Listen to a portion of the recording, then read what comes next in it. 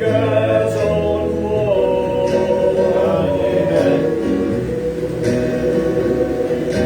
Yet when I face that chilling hand of death, where could I go but to the Lord?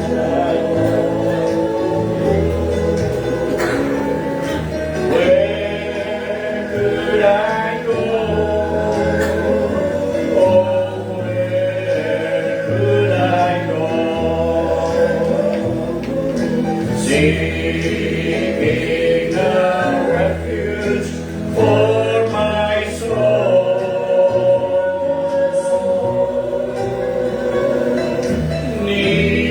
needing a friend to save me in the end.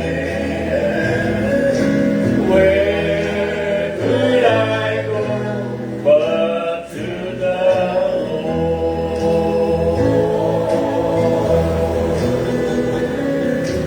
Where could I go but to the Lord?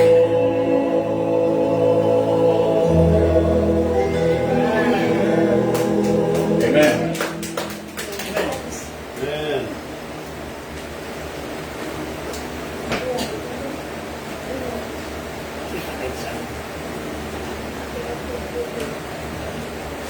Bluetooth has been disconnected.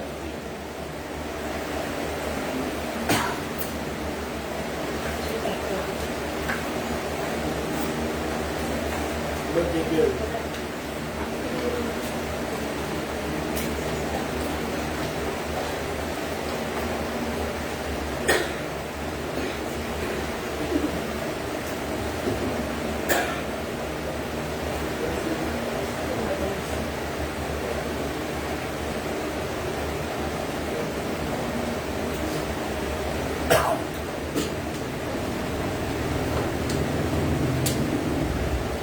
Bluetooth mode.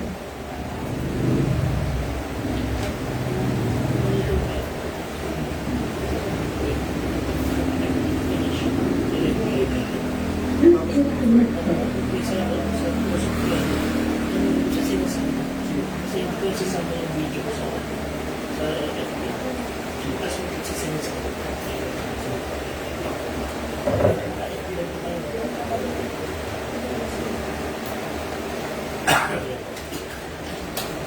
Amen.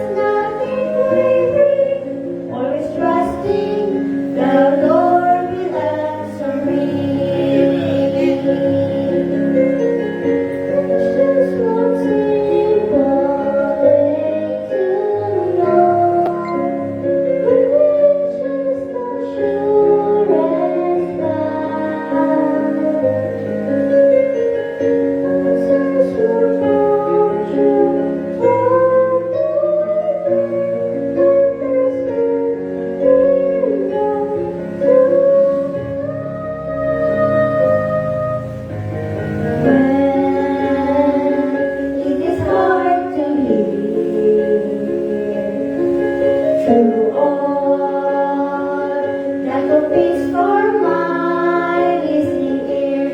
I will find quiet places where guides and pray. I will ask in faith. I will seek understanding, for I know He will give me relief. When it's wisdom and love, I will ask nothing grieving, always trusting the Lord will answer me. Trusting will answer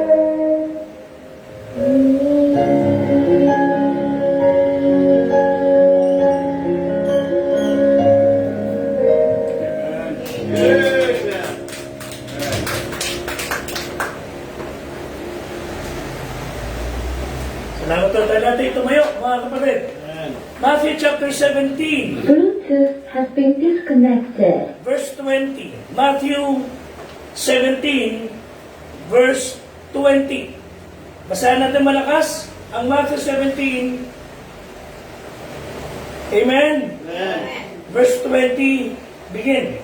And Jesus said unto them, because of your unbelief, for verily I say unto you, if ye have faith as a grain of mustard seed, ye shall say unto this mountain, remove hence to yonder place, and it shall remove, and nothing shall be impossible unto you.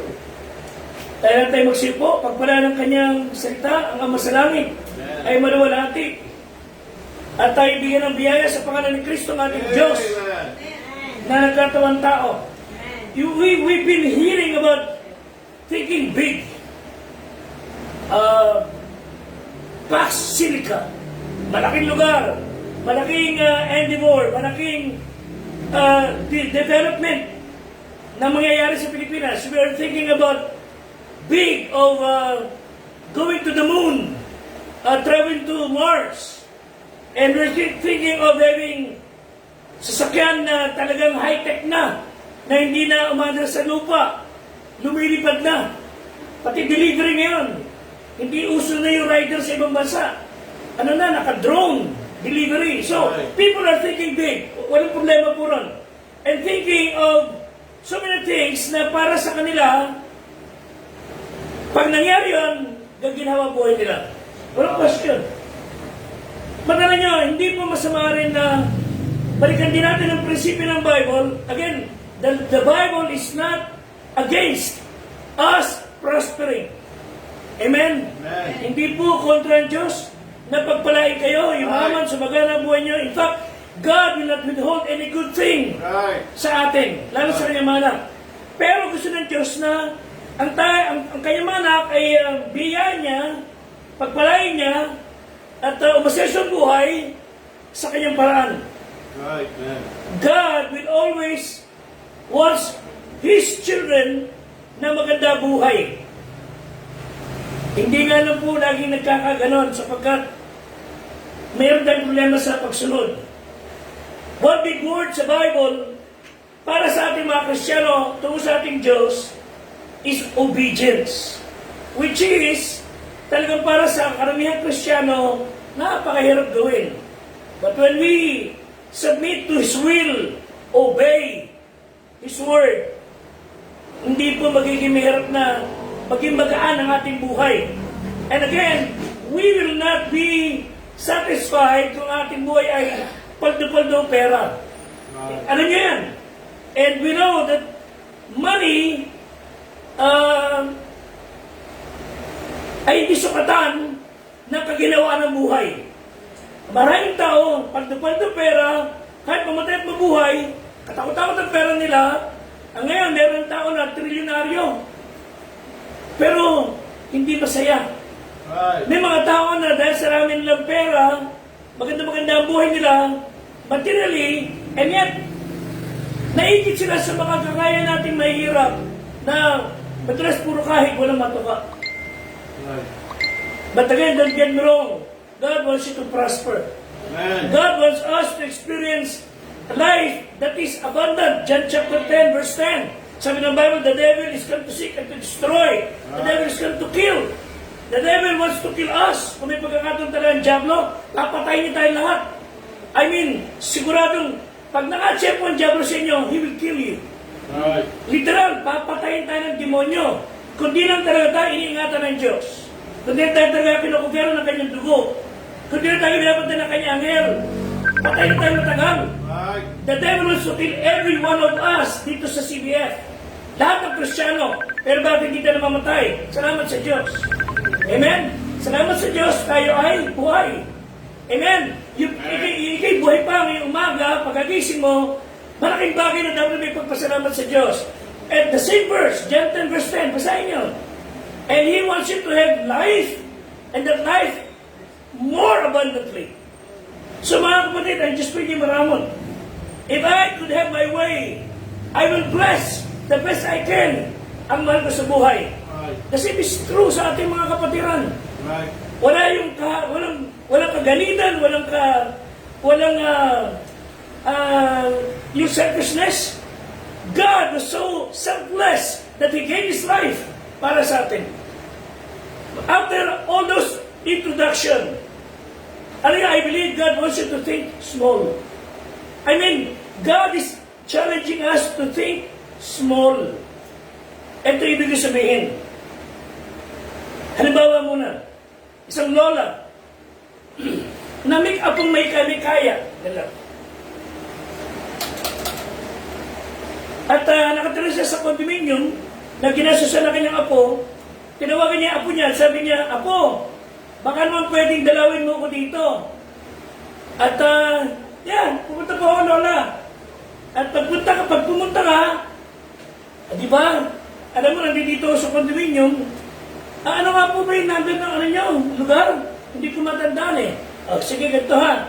Pinakita yung sinabing lugar at sa floor. Okay, ganito, pagpunta mo, Apo, taka na sa elevator, sisikuhin mo. Sisikuhin mo yung 17th floor. Sisikuhin mo.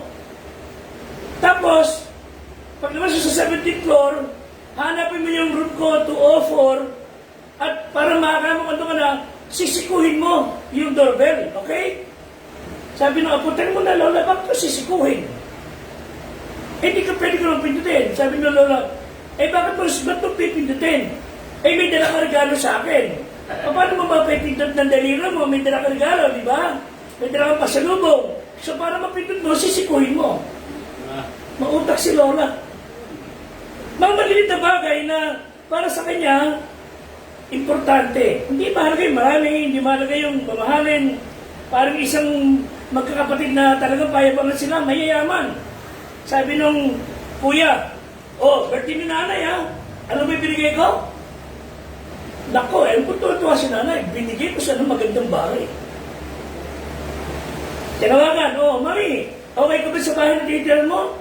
Naku, napakalaki anak ka, sobrang laki. At saka nag-iisa lang naman ako halos dito. Salamat ha. Kita niyo na ha. Tuwa si nanay. Sabi niya pangalawa, siyempre, may kaya ka eh. Pero, dinig mo ba yung sinabi niya? Tungkol sa binigay ko regalong kotse sa kanya. Mami, nasa ka mo naman yung kotse ng EV? Oo, anak. Kala ko walang makina eh. Ang tahimik. Salamat anak ha. Sabi ng bunso, kayo naman, payabangan naman ko yung dalawa. Nadinig ko naman sinabi ng nanay sa regalo ko. Ano ba ang regalo ko? Parot. Maraming parot. At ang daming alam na talata sa Biblia. Di ba si Mami may gusto ng Bible? Oo. Paano nangyari yun? Na naging masaya siya. Di tawagan natin. Mami, si Bunso, natanggap mo ba yung pinadala ko sa iyo? Alam ko, paborito mo yun. Oo, anak, ikaw pala yung nagpadala nun. Naku, Mami, ano masasabi mo? Naku, napakasarap pala niya. Iniluto. Alam niyo, may mga tao na hindi man naunawaan yung kahalagaan na binigay natin, Pagka nabigay ka ng regalo, titignan ka agad yung kung magkano tag price. Kaya hindi mo niya maiwasan pag nabigay ng regalo, tinatanggal yung price. Di ba?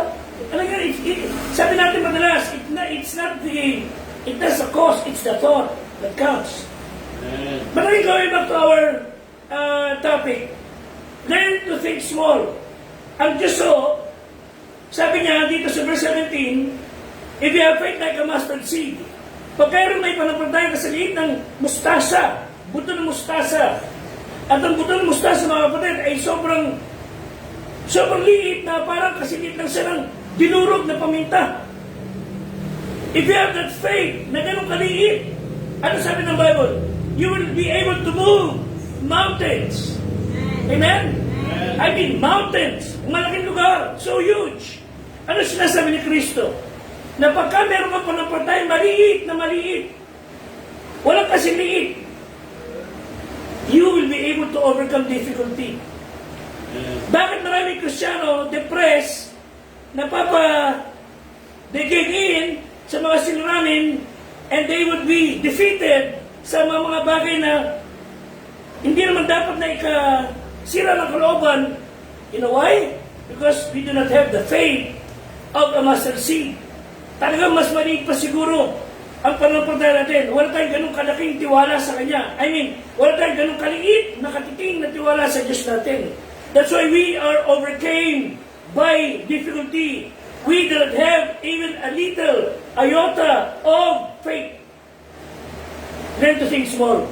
Panginoon, although I cannot have that big faith, pero small amount of faith will please Him. Amen? Amen? Maliit na pagtitiwala na meron tayong kakayahan. Hindi niya nire-require ang kasing hindi na parang plata ni Barandro, ni Pastor June. Hindi nire-require ng Diyos. Hindi nire-require ako ng Diyos na katulad ng faith ninyo.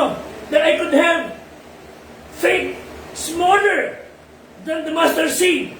But meron ako noon, God is pleased. And the Bible puts big emphasis on small things. Right. Hindi binabaliwala ng Diyos bigger things. Again, don't get me wrong. But God will not overlook small things. Right. Then small things have big consequences. Kadalas natin sinasabi, hindi nakapupuing malaki, nakakapuing maliliit. For example, when you split an atom, you have a nuclear fission. When you split an atom, smallest of entities can cause biggest of explosion. Mali, split of an atom, kaya pasabugin ng napakaraming lugar. Small things have great impact. And if you want to be fruitful, gusto natin maging magbunga, sabi ng Panginoon, be faithful in small things. Right, man. Ina-require ng Diyos to, you'll be big in faith, big name, big ministry, big work, hindi ho. Small things na ipagkatiwala ng Diyos, if I be found faithful, God will make me fruitful. Okay, what are the advantages of small things? I believe small things would feed our families. Hindi tayo kailangan magkaroon ng malaking bonggang pagkain araw-araw sa ating lamesa.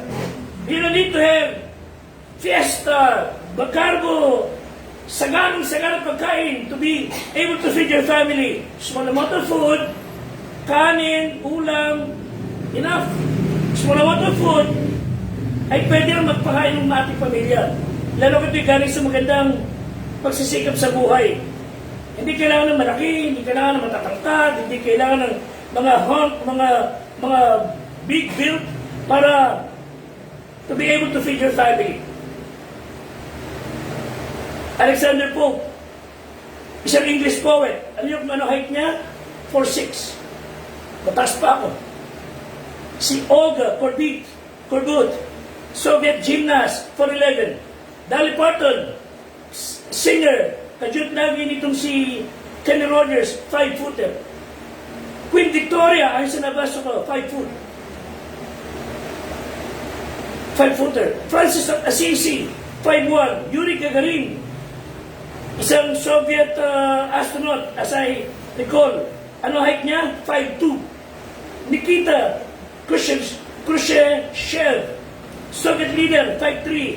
Mickey Rooney, isang artista, 5'3". Si Voltaire, isang French writer, 5'3". Kasi taas ko lang. President James Madison, 5'4". Pablo Picasso, na ang painting ay ano lang, ginagano-gano lang. Ang mahal, ano ba ang height niya? 5'4". Babyface Nelson, gangster, 5'4". Hirohito, Japanese emperor, 5'5". Aristotle Onassis, isang Greek shipping tycoon, 5'5". Emperor Napoleon Bonaparte, 5'6". Joseph Stalin, Soviet political leader, 5'6". Tutankhamen, Egyptian king, 5'6". Manny Pacquiao, 5'5". Mataas lang sana ng konti. Gloria Arroyo, 4'11". Alam niyo kung sino siya? Presidente ng Pilipinas yun. So, ibig sabihin, hindi pa pwedeng sabihin ko, malit lang ako. I have that little faith. I'm nobody. Pero pag yung buhay mong yan, kalit mong yan, liit ng faith mo, ipinagkatiwala mo sa Diyos, God will make you fruitful. Sana mahamon talaga tayo lahat dyan. Lalo na rin ako, lalo kami mga leaders. And a reminder, baka sa ating paghahangat na lumaki ang pera natin, mapabayaan ng ating family, ano silbi nun? Minsan sa ating pasisikay, nalista na landas, yung ating nakamal na pera, ipinabay natin sa ospital, ipinabay natin sa mga punerarya, kasi napabayaan natin yung malagang bagay. God forbid. 1 Timothy 6:8. Ano basa ng Bible? 1 Timothy 6:8. Ngunit kung tayo may pagkain, pananamit, masiyahan na tayo doon. Amen? Sa mundo, you should have food, shelter, and clothing. Sa Panginoon, clothing and food. You should be content. Amen. Kung meron kang shelter, salamat po sa Diyos. 127 ng awit, verse 1 and 2. Malibang itayo ng Panginoon ang bahay, walang kabuluhan, ang magsisigawa ng nagtatayo ito. Malibang ingatan ng Panginoon ang bayan, walang kabulang gumigising ang pantay. So pagka ang buhay natin, lahat ng ginagawa natin, ay buong pagsisikay, pero walang Diyos, walang kinikilalang Diyos, walang kaisipan tungkol sa Diyos, puro sa sariling pakinabang. Sabi ng Bible, those are walang kabuluhan. Walang kabuluhan. Ang gusto na walang Diyos sa atin, ng Panginoon, pwede ba isama mo ako sa plano mo sa buhay? Pwede ba isama mo ako sa lahat ng gusto mong mangyari sa maghapon? So that you will find what you want. So na makita mo ang gusto mong makita. Then, apart from me, John 15:5, you can do nothing. Amen? Kailangan talaga ang ating buhay nakadikit lagi sa Diyos. Bakit to? He is the source. I mean, He is the source of anything that we need. He is the source of anything that we want. Nakapagtatangal kung bakit siya pinagmumuna ng lahat ng bagay. Siya nilalapastan ng maraming tao. Again, small things could feed our family. Pangalawa, small things fuel our fruitfulness. Mas pinalalago ng maliit na bagay ang ating mabungang buhay. Small things, ginagamit ng Diyos. Let me take an example. Moses and his rod, yung kanyang tungkol. Ginamit ng Diyos si Moses and his rod to lead the children of Israel from the bondage into blessedness. From bondage to blessedness. And Moses, during his first 40 years, alam natin siya ay apo or anak. He was adopted ng Pharaoh's daughter. His first 40 years, his life was living like, I'm somebody. The next 40 years, he learned to be nobody. Hindi kasi pwedeng ang buhay natin ay magamit ng Diyos because ako ay big shot. Hindi po pwede.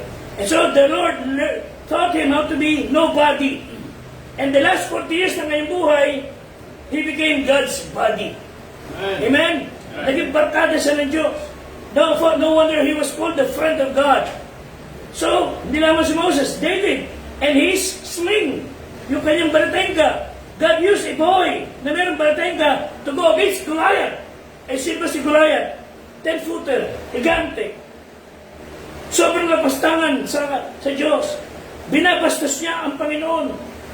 At sabi ni David, sino itong supot na to na nilalapastangan ng Diyos ng Israel? Who is this uncircumcised Philistine? And so, David, bata lang siya. Goliath, 10-footer. And everybody else thought, naku, ay napakalaki nitong kalaban na to. Wala tayong magagawa. Then nakita na si David. Sabi niya yung kuya niya, kung talaga, ang kulit mo, punta-punta ka ba rito? Yapang-yapang mo. Sabi ni David, is there not a cause? Wala bang dahil ba't ako narinito? Hindi lang ako pinadala ng pagkain ninyo. Hindi lang ako pinadala ng tatay ng mga galing ninyo. Pinadala pa na ako ng Diyos ito para harapin itong supot na to, na higating ito. Sabi nung kuya niya, Bigarat, bato mo bakit ako? Bigarat! Sabi ni David, may dahilan, kaya ako dito. At sabi ni King Saul, o sige, ito, nalabanan mo, sige. O isot mo to, armor. Pinagsusot niya, ako, nagkandatumba siya, ang bigat ng armor eh. Sabi, hindi ko kailangan to. Abala lang to sa akin. Ano gagamitin mo? Eto, tubalatay ka ko. Use what you have. Kung ano meron ka, gagamitin ng Diyos. Amen? At yung ginamit ng Diyos na yan, na ginagamit ng Diyos sa kanya, noong paman, nagtatabi ng kalaban ng mga tupa, nagtatabi ng mga kalaban ng mga alaga niya, yung kanyang slingshot with 5 stones. Bakit 5? Baka sumablay si David, hindi ho. As in, tabi yung Diyos sa David. Bakit 5? Eh, may kapatid pang 4 yun eh. Para pag dumating yung 4, at nagtawag ng nanay o kuya, si Goliath, meron pang tigi-tigisa. 1 stone is enough. At napatay ni David si Goliath. Just a small boy was able to kill the enemy. Elijah and the still small voice of God. 1 Kings 19:11. 1 Kings 19:11 to 12. If you could find it, basahin natin na sabay-sabay. 1 Kings 19:11 to 12. Amen? Amen. Basahin natin ang sabi ng Bible. At yan sinabi, ikaw ay yumaon, tumuyo ka sa ibabaw ng bundok sa harap ng Panginoon. At narito, ang Panginoon ay nagdaan at bumuka ang mga bundok sa pamamagitan ng isang malaki at malakas na hangin. At pinagputol-putol ang mga bato sa harap ng Panginoon. Ngunit ang Panginoon ay wala sa hangin. Pagkatas ng hangin, isang lindol. Ngunit ang Panginoon ay wala sa lindol. Pagkatas ng lindol ay apoy. Ngunit ang Panginoon ay wala sa apoy. At pagkatapos ng apoy, ay isang marahang bulong na tinig. God will never speak to us through a big, big voice. Tulad ng lindol, o naglalagab na apoy, o malakas na hangin. He will only speak to us through a still, small voice. Right. Yung bang nag-iisa ka, at wala ka nang susulingan kundi Diyos. And God will speak to you. And He will say words that will calm your spirit. Pero pagka yung aligaga ka, natataranta ka, maraming bagay kang kinakaabulahan, nagugulo ang isip mo, you will never hear God's voice. You will never hear. Hindi mo madidinig. Matataranta ka, matatangay ka kung saan-saan, you will never hear His voice. Because He will always speak through a still, small voice. Pagka kayo natataranta, meron kayong mga kabalahan, try to say, self, manahimik ka muna, magtigil ka muna sa kabalahan, pag-iisip na anumang bagay, and hear the still small voice ng Diyos. Amen. And God will speak. Let's take a look for Elijah. He was discouraged. Nilagay siya ng Diyos sa retreat center ng bundok. Again, sinabi natin, there came tornado, earthquake, and fire. Pero hindi doon siya kinausap ng Diyos. Kinausap siya ng Diyos in a still small voice. Amen. And when He gave time to hear what God says, na tinubuhay niya. Hindi lang yan. Yung lunch ng bata, maliit na bagay. Maliit na slingshot, maliit na tinig, maliit na tungkod, maliit na bato, and then maliit na pagkain. Kung babasahin niyo Luke 9:12. Remember the 5 loaves and 2 fishes? Amen? Amen. God was able to feed almost 20,000. Sabi ng Bible, nagpakain siya ng 5,000. Lalaki lang yun. Eh kung may asawa, may kasama pang asawa, so 10,000. Kung may kasama pang tigi-tigi sa anak yun, so 15,000. Plus yung barkada pa. So we're talking about libo-libong tao, pinakain ng Diyos out of a small lunch. Alam nyo, tataka nga eh, kung bakit kung sino pa yung mga veteranong Kristiyano, siya hindi nakaisip magdala ng baon. Ang dala ng baon yung bata. Sabi ni Andrew, Lord, paano papakainin itong daming tao ito? Siguro kung tinanong nun, ba't po tato rin? Wala akong baon? Di ba? Actually, para siguro siya nasabi niya, Lord, paano pa kayo ng mga tao to? Actually, slash, Lord, paano kami kakain? Wala akong pagkain. Di ba? Kung Diyos yung kagaya natin, kung Diyos yung katulad natin, ano problema naman? Ba't di ka nabawa ng pagkain mo? Di ba, no? Ba't di ka ready? Di ba, boy, scout ka? Always be prepared. Pero hindi siya nag-isip nun. Out of 1,000 tao, isang bata nag-isip ng pagkain. At ang Diyos ginamit yun. Ano sabi sa Luke 9:12? And when the day began to wear away, then came the 12 and said unto him, Lord, pauwiin mo na sila, that they may go into the towns and country round about, and lodge and get victuals. For we are here in a desert place. Desierto itong lugar. Wala rito anuman. Walang pag-asa rito. Walang makakain dito. This is a desert place. Pero mga kapatid, tinan niyo ha, ang tingin ng mga tao, ng mga alagad niya, walang pag-asa doon sa lugar na yun. But the same flat place, the very same place. Ito sabi ng Bible, John 6:10. Nung sinabi nilang, desert place, walang makain, pauwiin mo na yung mga yan, sapagkat yan yung sumama lang sa atin dahil gusto na makakita ng milagro at napakain. Mapakinabangan nila yung kanilang tiyan. Kaya sila tinawag ng mga Kristiyan. Nasa Bible din yan eh. Romans 16:17, mga pinabili Quran, tiyan. Kristiyan sila, mga kapatid. Right. The same place na hindi kinakita ng mga alagad na magandang bagay. Tinignan sa John 6:10. John 6:10, sabi ng Bible, and Jesus said, make the men sit down. Now there was, ano sabi? Much grass in the place. So the men sat down in a number of about 5,000. Sabi nila, disyerto. Di ba disyerto, walang damo? Eh bakit sabi ng Panginoon, pupunta mo sila sa madamong lugar? Ibang tingin kasi ng Diyos eh. Ibang tingin ng mga tao. At pag tingin natin lagi ang namamarali sa ating buhay, you will never be fruitful. You will never be productive. Laging negative. Malas naman talaga. Palpak talaga.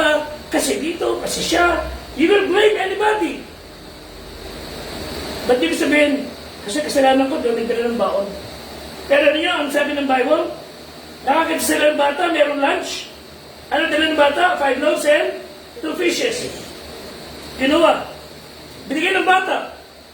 That's all he had. Binigay. Alam niya, pag binigay niya sa Diyos, God will bless. Amen? Ano man bibigay niya sa Diyos, God will bless. Kailangan talaga bukas sa kalooban. And the Lord prayed and blessed. Ano yung kumain ng libo-libong tao? Ano nangyari sa istorya? May natira bang pagkain? Sagutin nyo, meron? Yes. Ilang basket ang natira? 12 basket. Mga kapatid, ilang alagad ni Kristo? 12. Ito, kwento ko na lang siguro to. Ito aking malikot na pag-iisip. Dahil maraming natira at yung mga tao ay busog sa pagkain. Mga kapatid, sa sobrang busog nila, pwede ka magtiris ng puto sa tiyan. Sa kabusugan.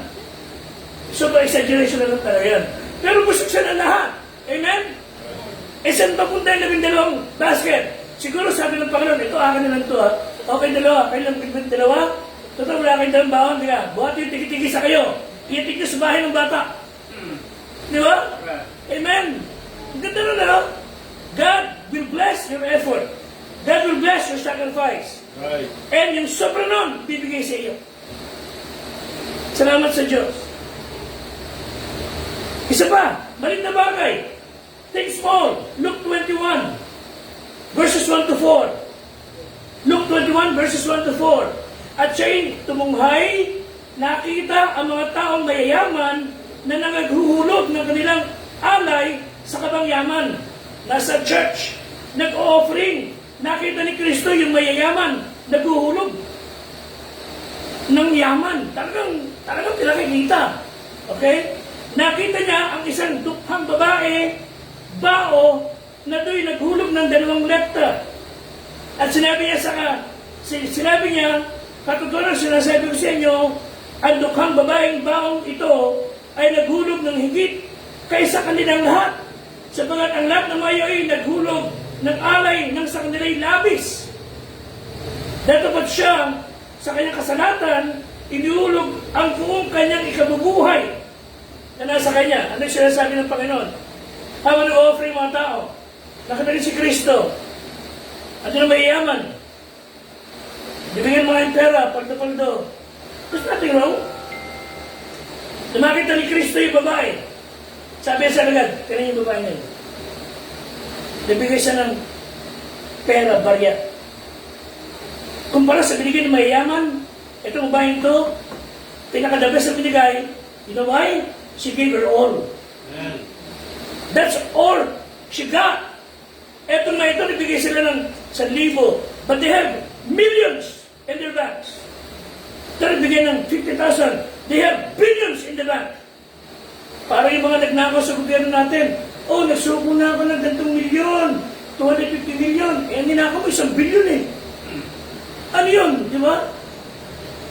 At sabi ni Kristo, she gave the biggest among those.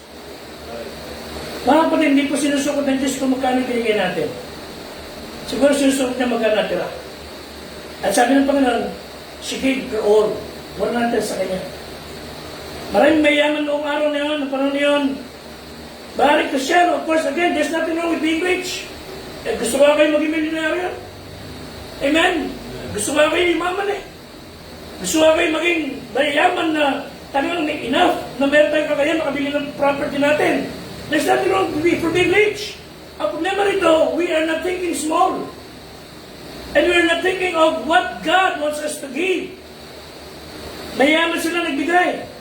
At yung babae yun, during that time, ang equivalent nun, as far as I know, 80 centimos, wala pang piso. Pero ano sabi ni Kristo? She gave more than all of them. Why? Then that's the thing she has. Wala nang natira sa kanya. Second, yung mga libo-libo nilang pera, hindi pa nasasaling, hindi pa napuputput. Meron isang nabasang kwento. Nagkwentuhan daw yung mga pera sa langit. Nagkwentuhan yung mga 1,000, 500, 100, 200. Magkakasama sila ron, yung mga libo-libo doon, yung mga piso-piso, 20-20 sa isang sulok. Sabi na usapan ng 1,000, 500, oh, nung nasa lupa ka, saan ka nagagamit? Ako ano? Jollibee, Starbucks, mga hotel, kaya ba nga sila? Okay kayo mga 10-10, mga 20-20. Ay, nasa church kami lagi. Ano yung mga kapatid? Hindi po pwede na magbigay ka ng malamig na tubig out of your pure heart na hindi pagpapalaya ng Diyos. I mean, a cup of cold water will reap a rich reward. I mean, isang bagay na ginawa mo mula sa puso mo na matapat sa Diyos. Hindi mahalaga kung anong peso sign o anong currency sign. If it's from the heart, God will bless that. Sinasabi ko po sa inyo. If God can use a rod, a slingshot, a penny, a lunch, God can use us. Sa bata, pinagalit ng tatay niya sa offering. Bigyan ng mga tao sa offering basket. Pinapas yung offering basket. Pagtapat sa kanya, ang ginawa ng bata, sabi sa nag-offering na tao, baba niyo po. At yung bata tumutong doon sa offering basket. Tumutong siya, sabi ng tatay, "Hoy, may ginagawa mo?" "Wala kasi akong pera, tatay." "Ay, ano ginagawa mo?" "Sarili ko na lang offering ko."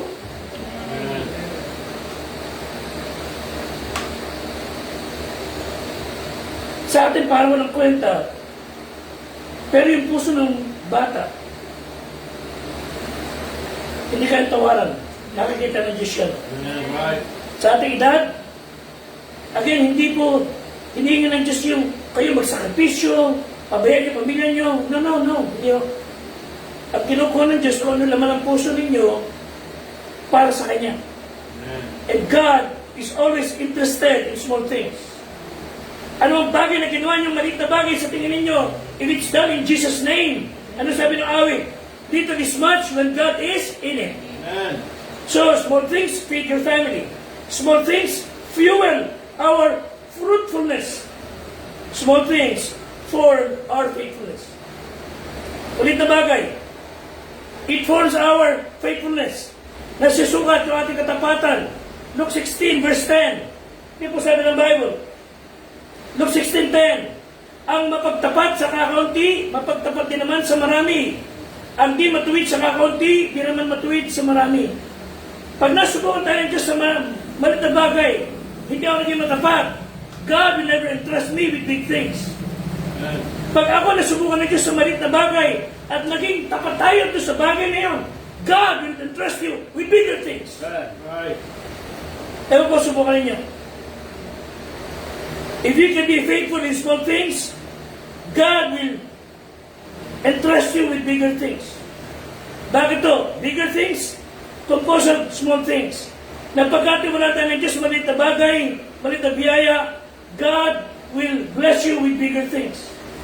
Pero niyo ulit, Luke 16:11, kung kayo nga'y di naging mapagtapat sa masamang kayamanan, sino nga ang magkakatiwala sa inyo ng tunay na kayamanan? Right. Paano ka magiging pinagpala ng Diyos? Hindi na napastahan mo ang Diyos. Para isang kilala ko stupido eh. Gusto mong bigyan ka ng support. Eh, sinipa mo ko. Di ba? Ninapastahan namin tatay. Tapos gusto mong bigyan ka ng pagkapala. Ano ba stupido? Kundi ka. Di ba? Gusto mong pagpalain ka. Eh, ang tamad mo naman. Di ba? Ano sabi ng Diyos sa Proverbs 6 verse 6? Pumunta ka sa langgam, ikaw na tamad. Gusto mong pagpalain ka ng Diyos pero napakatamad ko naman. Laro-laro ka lang Sunday, tapos gusto mong pagpalain ka ng diablo. But God will never bless a lazy person. No. Sabi ng Bible, kayo mga tamad, para kayo mga bisagra ng pintuan. Ano? Gigising ka, maga na, tulog ulit. Maga na pala, tulog ulit. Parang bisagra ng pintuan. How can God bless you? Nandun ang katamaran. Babasusin mo tao, tapos gusto mo igalang ka? No way. Kaya di mo masisimisin yung mga nagiganti. Pagkatapos mo napastanganin, babuyin, bulihin. Tapos iyak-iyak ka pag ginantihan ka niya ng patraidor. Mali yung gumaganti ka, pero ikaw nagsimula eh. Hiningi mo eh. Di binigay siling buhay mo. Di ba? Tapos data ka ngayon. Mga kapatid, true riches are not conserved in the bank. It's conserved in your character. Right. If you're not faithful with money, God will not trust me with spiritual things. Spiritual ako, lagi sa church, sa lilingkod, etc. Pero mga kapatid, minsan, ang sukutan ng Diyos is material things na ipagkatiwala sa atin. How are we became a good steward? Pag hindi ako pwede mapagkatiwala ng Diyos sa pera, He will never entrust me with true riches. Sabi sa Luke 16:11, hindi ka nga mapagtapat sa masamang kayamanan. Kayamanang masama pa. Hindi ka mapagkatiwalaan. Pinag-interesan mo, winarangya mo. Bakit ka pagkakatiwala ng Diyos ng magandang yaman? Ano ko yun? Yung masamang yaman, hindi ka mapagkatiwalaan eh. How can God bless you with spiritual things? With true riches? So God is testing us kung ano kaya mo gawin sa 1 million. Mga pa rin, ang gusto ng Diyos nakita, what will you do with your 100 pesos? What will you do with your barya-barya? God is not asking you, how would you conduct yourself pag marami-marami ka ng kayamanan? I believe God will try to test us in our day-to-day living. Yung maliit na bagay. Big things are sum total of small things. Isipin niyo mga munting bagay na pinagkatiwala sa atin ng Diyos. Naging tapat ba tayo ron? Before David became king, siya ay matapat na shepherd. And God gave him a nation to shepherd. Si Timothy, naging disciple ni Paul. He was faithful in the service. Later, he became in the place of Paul. Elisha, nagsimulang attendant, assistant ni Elijah. Alam niyo, kung si Elijah gumawa ng 8 milagro, ang ginawa ng Diyos through Elisha, 16 na milagro. Amen? And the mantle of Elijah ay binigay sa kanya. And he received a double portion of the Spirit of God. Pinagpala siya ng Diyos. You know why? Napagkatiwala siya sa mga bagay. So, wala pong pagpapalain ng Diyos ng mga big shot kagad. Kung paano sila naging big shot, hindi ko alam. Pero, you will become a big shot sa mata ng Diyos when you remain humble, steady, focus sa Panginoon. And whatever you do, whether you are a widow na mayroong kunting barya, whether you give a cup of cold water, nothing is small pag binigay ito in obedience and love sa mga tao, lalo sa Panginoon, alang-alang sa Panginoong Diyos. And whatever you do, you are planting the seed of faith. Right. Isang araw, mayroon malaking sunog sa isang lugar. Nalaman ng tatay na isa sa bahay niya nadadali ron. And when he arrived, ang paligid ay naglilab na, ang dami usok. At dapat na siya sa kanyang bahay, gusto niya pumasok. Pinipilit siya mga bumbero. Sinusan na sinusa sa kanyang anak. Tinatawag niya ang pangalan, sabi niya, anak, nasan ka, nasan ka? May natuwa siya, tatay, dito po ako. Hindi kita nakikita, anak, nasan ka? Kasi, sige, punta kami sa gawin yan. Sumunod yung bata, dati hindi kita nakikita. Napakalakas ng usok. Tapos sisipat-sipat ng tatay. O anak, nakikita kita. Hindi kita nakikita, tatay. Anak, nakikita kita. Lumapit yung tatay ng konti. Sa tulong mga bumbero. Ang bata wala na, nahihilam na sa usok. At sabi ng bata, tatay, tulungan mo ako. Anak, hindi dito ako tutulungan namin. Ano gagawin ko, tatay? Tumalong ka. Sabi ng bata, hindi ko nakikita. Natatakot po ako. Sabi ng tatay, anak, nakikita ka namin. Tumalong ka lang. Hindi na problema kung nakikita mo siya. Marga, nakikita ka ng Diyos. And he jumped. And he was saved. Alam niyo, try to think small. I believe, yung maliit yung bagay na pwede nyo gawin sa kapwa nyo, parang ripple effect. Babalik sa'yo. Garantisado yan. Tumuyo po tayo. Let's pray. And I'll show you a video. Pagkatapos nito. Panginoon, salamat po sa pangalaman sa amin ngayong hapon.